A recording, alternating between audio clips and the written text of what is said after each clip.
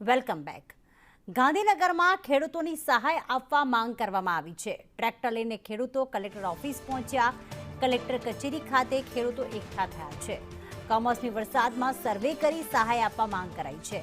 આ ઉપરાંત Gandhinagar collector office પર પહોંચ્યા છે ખેડૂતો। કમોસમી વરસાદમાં સર્વે કરી સહાય આપવા માંગ કરવામાં આવી છે। ખેડૂતો ટ્રેક્ટર લઈને ત્યાં પહોંચ્યા છે।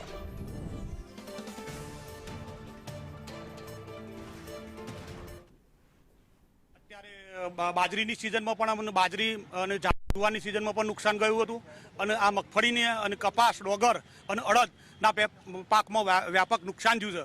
એ બદલ અમે રજૂઆત કરવા આવ્યા છે કલેક્ટરશ્રીને કે સરકારને તમે રજૂઆત કરો કે અમને પાક નુકસાનીનું ભારોભાર વળતર આપે અને અમારો દેવા જે છે એ નાબૂદ કરે। જો સરકાર આમાં કોઈ પણ વિલંબ ચલાવશે તો અમે ઉગ્ર આંદોલન કરીશું।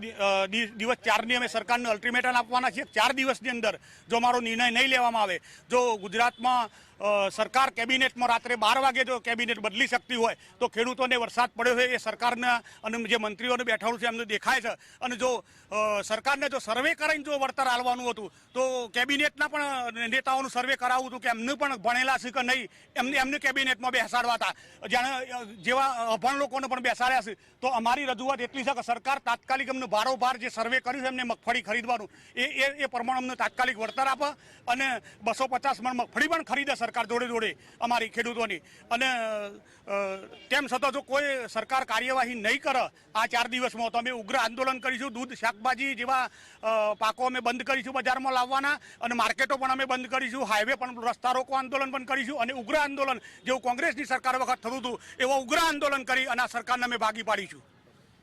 સતીશભાઈ ચૌધરી, ગામ છાલા। આ જે અતિવૃષ્ટિના કારણે છાલા ગામમાં જે નુકસાન થયું છે એના સંદર્ભે અમે આજે આવેદનપત્ર આપવા આવ્યા છીએ કલેક્ટર સાહેબશ્રીને।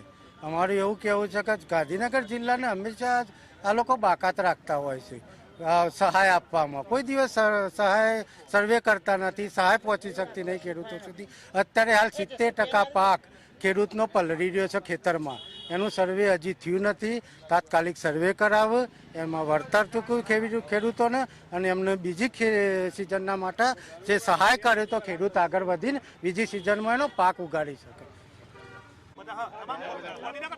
ગાંધીનગર તાલુકા જિલ્લાના કાનપુર ગામ, છાલા ગામ, ગિયોડ આજુબાજુના તમામ ગામોમાંથી જે આ ખેડૂતો આવ્યા છે એ અત્યારે હાલ પારાવાર નુકસાન થયું છે।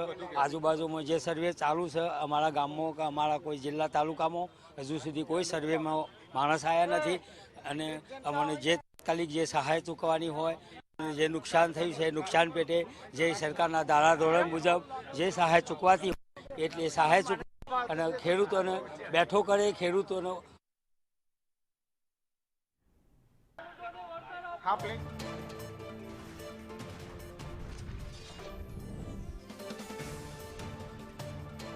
તો વળતર નહીં અપાય તો આંદોલન કરવાની ચીમકી ઉચ્ચારી છે। તમામ ખેડૂતો એવું કહી રહ્યા છે કે દર વખતે સર્વેમાંથી શા માટે ગાંધીનગર ગ્રામ્ય વિસ્તારને બાકાત રાખવામાં આવે છે। સૌથી મોટી વાત એ છે કે ખેડૂતોએ એ પણ ચીમકી ઉચ્ચારી છે જો 4 દિવસમાં એનો નિકાલ નહીં આવે તો શાકભાજી, દૂધ બધાની સપ્લાય બંધ કરવામાં આવશે। હાઈવે પર ચક્કાજામ કરવામાં આવશે। હિરેન જોડાઈ ગયા છે।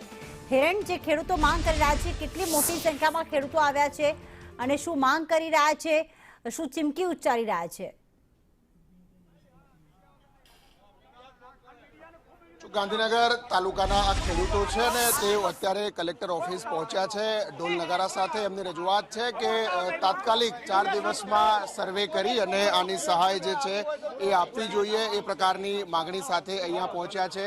જો તાત્કાલિક સર્વે કરી સહાય નહીં આપવામાં આવે તો જીવન જરૂરી દૂધ અને શાકભાજી જેવી વસ્તુઓ છે એ માર્કેટમાં લાવવાની બંધ કરવાની ચીમકી પણ ખેડૂતો અત્યારે ઉચ્ચારી રહ્યા છે। જે ખેડૂતો છે એમની સાથે વાત કરીશું। રાકેશભાઈ, શું ડિમાન્ડ સાથે અહીંયા તમે કલેક્ટર કચેરી? કમોસમી વરસાદના લીધે 100% નુકસાન થયું છે પાકને, એટલે તત્કાળ અમને વળતર આપે અને ખેડૂત જે અમારા જે પાક ધિરાણ છે એ તત્કાલિક માફ કરવું જોઈએ સરકારને। વર્ષોથી અમને સહાય નથી મળી। ગાંધીનગર જિલ્લામાં 22-23માં પણ ખૂબ વરસાદ પડ્યો તો ઘઉંનું નુકસાન થયું હતું, બાજરીના પાકને, જુવારના પાકને વરસાદ વહેલો આવવાથી નુકસાન થયું હતું. આ વખત લેટ વરસાદ રહેવાથી અમારા મગફળી, અડદ, કપાસ તેમજ અન્ય પાકોનું નુકસાન થયું છે. અને જો સરકાર હજી અમને વાતો કરતી હોય કે અમે સર્વે કરીશું, નામ કરીશું, તો કેબિનેટ બેસાડી એ દિવસ રાત્રે 12 વાગે બોલાયા હતા મંત્રીઓને ફોન કરીને કે તમને મંત્રી પદ આપ્યું છે. તો ભારત સરકારને જો અમને, ગુજરાત સરકારને જો અમને આપવું જ હોય તો તાત્કાલિક જાહેરાત કરે. આમાં કેબિનેટ બેસાડવાની જરૂર નથી. તાત્કાલિક જાહેરાત કરી અને ભારતના યશસ્વી વડાપ્રધાન પણ અહીંયા છે તો એ પણ જોઈ લી. ઓબામાને પૂછવા જવાની જરૂર નથી કે ગુજરાતના ખેડૂતોને વળતર આપીએ કે ના આપીએ. એટલે તાત્કાલિક વળતર આપે એવી અમારી માંગ છે. શું કયા પાકો અત્યારે એવા છે કે ખેડૂતોને નુકસાન છે? કારણ કે ડોગર, કપાસ, મગફળી, અડદ, કઠોળ, ટોટલે બધા પાકો લગભગ 70 થી 80% નુકસાન થયેલું છે. ઘાસચારો પૂરેપૂરો, પશુનો ઘાસચારો ખલાસ થઈ ગયો, મગફળી, ડાંગર, ઉનાળામાં બી આવી પરિસ્થિતિ સર્જાઈ એટલે ઘાસચારો ટોટલ સજ નહીં છેલ્લા વર્ષથી.